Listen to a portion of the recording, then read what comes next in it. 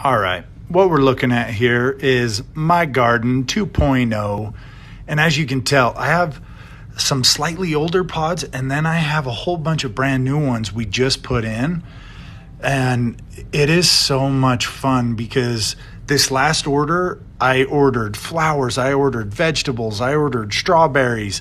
You can see there a tomato plant growing, green peas, sugar peas or snap peas. I can't remember what they call them, but cabbage. I mean, you name it, this thing grows it. And literally all you have to do is just keep the water tank clean once a month, make sure the roots don't get crazy in the pipes, and just enjoy watching it. The automation is incredible. It does everything for you. I mean, this baby is high tech, as my dad would say. This baby's high tech. So anyways, yeah, we highly recommend it. We love ours. Get you a Gardyn.